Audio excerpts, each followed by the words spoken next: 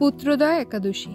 যুধিষ্ঠির বললেন, হে কৃষ্ণ, পৌষ মাসের শুক্লপক্ষের একাদশীর নাম কি, বিধি বা কি, কোন দেবতা ওই দিনে পূজিত হন এবং আপনি কার প্রতি সন্তুষ্ট হয়ে সেই ব্রতফল প্রদান করেছিলেন, কৃপা করে আমাকে সবিস্তারে তা বলুন।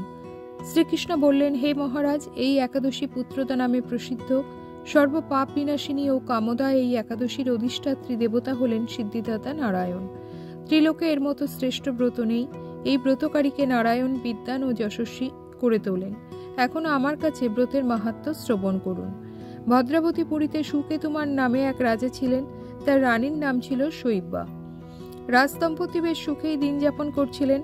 বংশ রক্ষার জন্য বহুদিন ধরে ধর্মকর্মের অনুষ্ঠান করেও যখন পুত্রলাভ হল না, তখন রাজা দুশ্চিন্তায় কাতর হয়ে পড়লেন।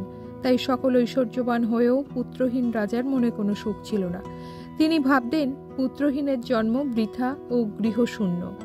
পিতৃ দেব মনুষ্যলোকের কাছে যে ঋণ শাস্ত্রে উল্লেখ আছে, তা পুত্র বিনা পরিশোধ হয় না।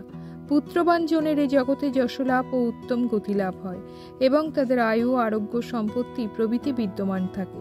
নানা দুশ্চিন্তাগ্রস্ত রাজা আত্মহত্যা করবেন বলে স্থির করলেন, কিন্তু পরে বিচার করে দেখলেন আত্মহত্যা মহাপাপ।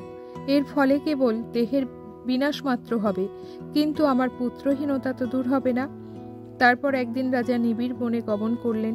বনভ্রমণ করতে করতে দ্বীপ্রহর অতিক্রান্ত হলে রাজা ক্ষুধা তৃষ্ণায় অত্যন্ত কাতর হলেন। এদিক ওদিক জলাদির অনুসন্ধান করতে লাগলেন। তিনি চক্রবাক, রাজহংস এবং নানা রকম মাছে পরিপূর্ণ একটি মনোরম সরোবর দেখতে পেলেন। সরোবরের কাছে মণিদের একটি আশ্রম ছিল। তিনি সেখানে উপস্থিত হলেন। সরোবর তীরে মণিগণ বেদপাঠ করছিলেন। মণিবৃন্দের শ্রীচরণে তিনি দণ্ডবৎ প্রণাম করলেন। মণিগণ রাজাকে বললেন, হে মহারাজ, আমরা আপনার প্রতি প্রসন্ন হয়েছি। আপনার কি প্রার্থনা বলুন।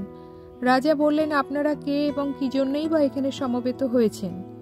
মণিগণ বললেন, হে মহারাজ, আমরা বিশ্বদেব নামে প্রসিদ্ধ। এই সরোবরে স্নান করতে এসেছি। আজ থেকে 5 দিন পরেই মাঘ মাস আরম্ভ হবে। আজ পুত্রদা একাদশী তিথি। পুত্রদান করে বলেই এই একাদশীর নাম পুত্রদা। তাদের কথা শুনে রাজা বললেন, হে মণিবৃন্দ, আমি অপুত্রক, তাই পুত্র কামনায় অধীর হয়ে পড়েছি। এখন আপনাদের দেখে আমার হৃদয়ে আশার সঞ্চার হয়েছে।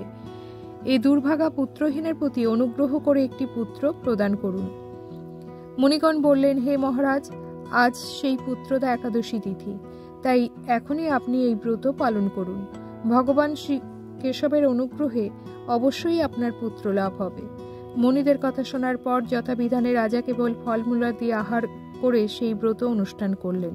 দ্বাদশীর দিনে উপযুক্ত সময়ে শস্যাদি সহযোগে পালন করলেন।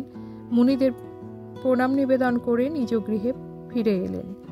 ব্রত প্রভাবে রাজার যথাসময় একটি তেজস্বী পুত্র লাভ হল। হে মহারাজ, এই ব্রত সকলেরই পালন করা কর্তব্য। মানব কল্যাণ কামনায় আপনার কাছে আমি এই ব্রত কথা বর্ণনা করলাম। নিষ্ঠা সহকারে যারা এই পুত্রদা একাদশী ব্রত পালন করবে, তারা পুত নামক নরক থেকে পরিত্রাণ লাভ করবে। আর এই ব্রতকথা শ্রবণ কীর্তনে অগ্নিষ্টম যজ্ঞের ফল পাওয়া যায়। ব্রহ্মাণ্ড পুরাণে এই মাহাত্ম্য বর্ণনা করা হয়েছে।